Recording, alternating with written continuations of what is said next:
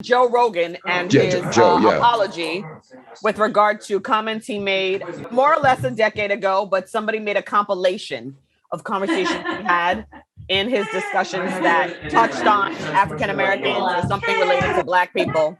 And he said something about being dropped off in a movie theater in some city somewhere with friends. It was an all Black neighborhood. And he goes, it was like walking through Planet of the Apes. Yep, that clip's been out there.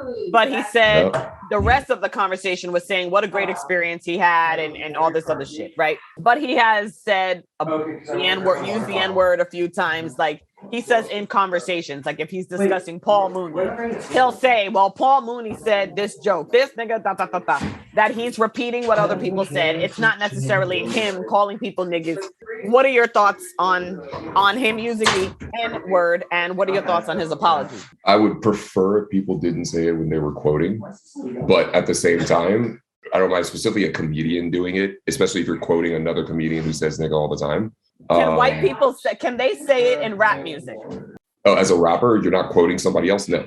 So if I don't know why the fuck if a Lil song Pump comes gets to say on, nigga. Yeah, but if a song, Eminem, whoever the fuck it is, you're repeating a rap song and they say nigga in it. As a white person, can you say it? Ooh, I would prefer not to, but I know you're saying it when Black people aren't around.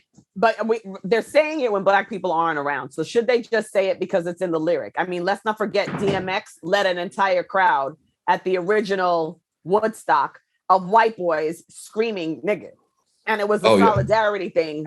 So yeah, Kanye even like got a bunch of, he even like led a crowd. He was like, oh, I ain't saying she a broke nigga or whatever on that song. He's like, all the white people can say nigga right now. Like it's literally part of it's part of what they paid for in the experience. You know what I mean? Right. I believe that that's a individual thing, and I believe it's a respect thing. So if you're around me and you respect me, and I would prefer that you did not say that.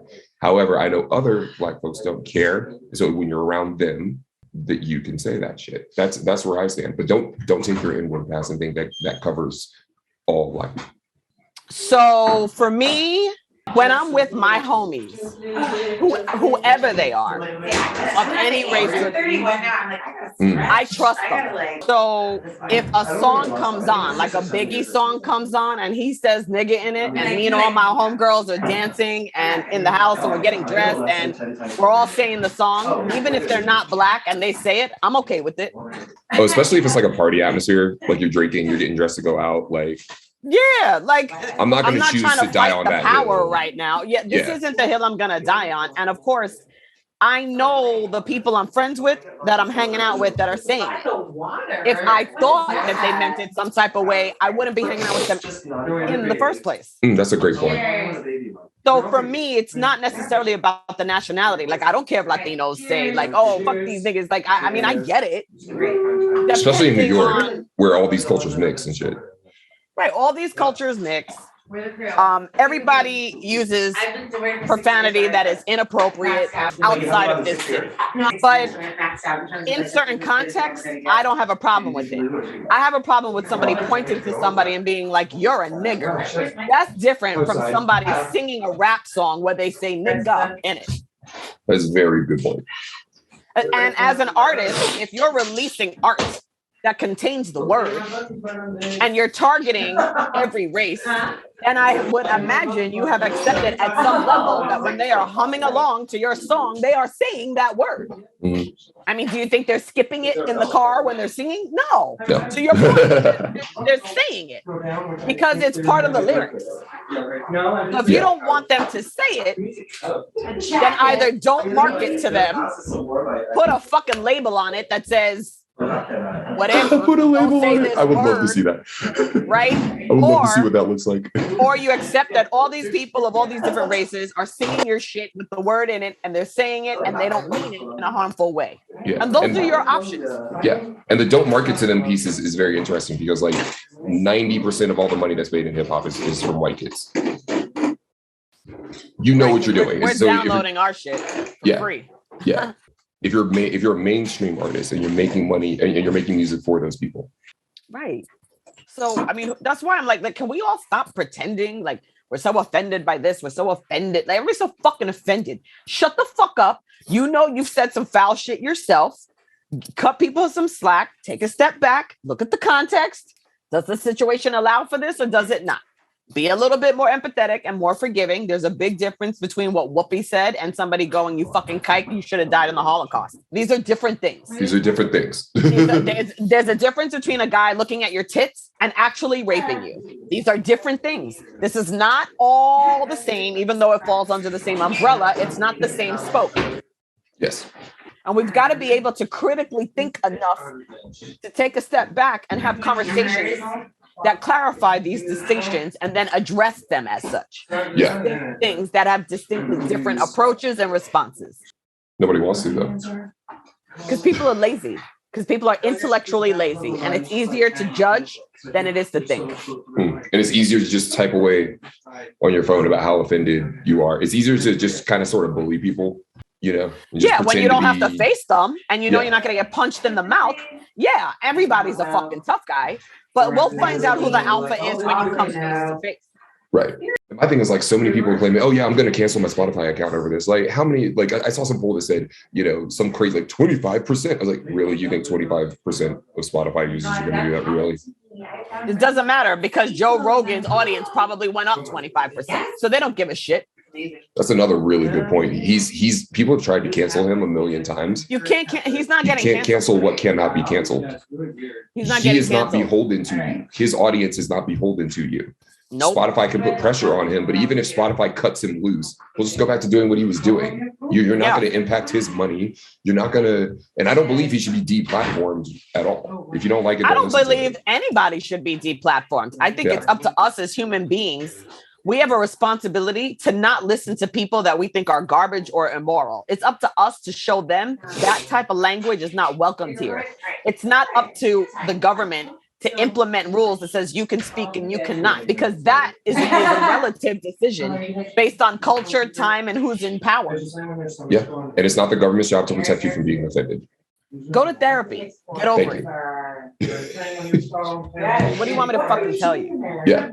I mean, the things that we should really be upset about, we're not. And the things that are really just drops in the ocean and really have such less impact, people are gun-ho about. But when it actually really matters, where is everybody? Like everybody's out there protesting masks. How about go out there and protest the Catholic Church from raping your children? For centuries. For centuries. And making money off of it. It's one thing when you didn't know, but I mean, the ex-pope, a pope in our lifetime came out and said he lied about his knowledge of what was happening to children. The ex-pope, that's not a problem. Was that Benedict? Cardinal Ratzinger? Yeah, the Nazi who's still alive? Yeah. Who I mean, are you kidding me? Who was literally in charge of the division, who was responsible for meting out punishment for the priests that were caught. Like he was the one who would like, oh, they caught you this time. Oh, they caught you again. Okay, we're going to move you to this side, to a different country or to a different state, now, because they caught you again. It's shameful. I mean? He knew where all the bodies were buried. Yeah, he does. Here is from the Al Jazeera on January 24th of this year. Former Pope Benedict Ratzinger has admitted giving a false statement to a child sex abuse inquiry when he said he had mistakenly told investigators in Germany he did not attend a meeting in 1980 when he was the Archbishop of Munich, which addressed these issues. Wow. Why that business is still open at this point is beyond my understanding, and I don't even have any kids. This doesn't affect me at all. I really don't understand. So y'all knew this was an issue going all the way back to 1980, yet you didn't do anything. Y'all knew. Now you guys know that the Pope knew.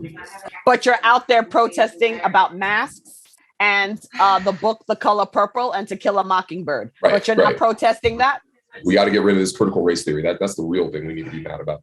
Which does not exist between grades K through 12. Yeah. Does not exist. Is not taught. This is not real. This is not a real issue. Critical race theory is not a real issue. These people can't even define critical race theory. And if you did define it, then you would literally just provide a list of books that you didn't want. Notice none of these, it was all one model legislation from one group that got passed around from state to state to state. You know what I mean? They never provided a list of books. It was vaguely worded on purpose so that anything that might offend some white people can fall under the CRT umbrella and they can have it removed. It's shameful. It's shameful. It's just so obvious what they did. I'm like, yeah. But this is what happens when a society starts to slide into an authoritarianism. Authoritarianism, I don't know. I'm stuttering like a. It is a bit of a hard word to say. When the institution starts to attack education and its teachers. Yeah. There's some pastor in the South, I can look it up, who's literally holding like a book burning event, a CRT book burning event. I mean, what is this? Footloose? What's next? We're going to ban dancing? Oh, yeah. Pastor holds bonfire to burn witchcraft books like Twilight. Tennessee pastor Greg Locke claimed that church had a constitutional right and a biblical right to burn occult materials like Harry Potter and Twilight. Really? Harry Potter is what y'all... Right, but you're taking your change, kids. But you're taking the kids to go see Miley Cyrus. But you're taking your kids to go see Miley Cyrus and Megan Thee Stallion. Yeah, I'm supposed to take these people seriously, right? Yeah, right. I mean, you've got to be kidding me. Thank you. Again, it's not up to us to censor Miley Cyrus and Megan Thee Stallion. If you think that type of behavior is inappropriate, then it's your responsibility to not support it.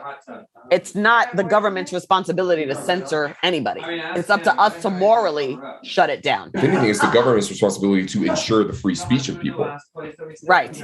But not vitriol, not language that incites violence. Yeah, just keep a cap on the language that incites violence or deal with the violence when it is incited. But it's the government's job to make sure that people can speak, not, to protect people from speech that might be offensive. Right. I mean, I don't care if burning books. I don't care if Nazis and Klansmen say I hate black people at every meeting they go to. Have your stupid fucking rally. Knock yourself the fuck out. I don't particularly like you that much either.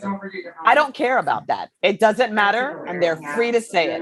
What they're not free to do is go outside and murder 100 black people because they hate black people. Thank you. That's the part that we need to make the distinction. You want to sit there talking about how much you hate us? I'm actually flattered that we're on your mind that much because I don't think about you at all. But if you're sitting there talking about how much you hate us, so be it, But that doesn't mean you get to go outside and burn a cross in front of somebody's house or rape a woman. That's the part that's problematic, not the language.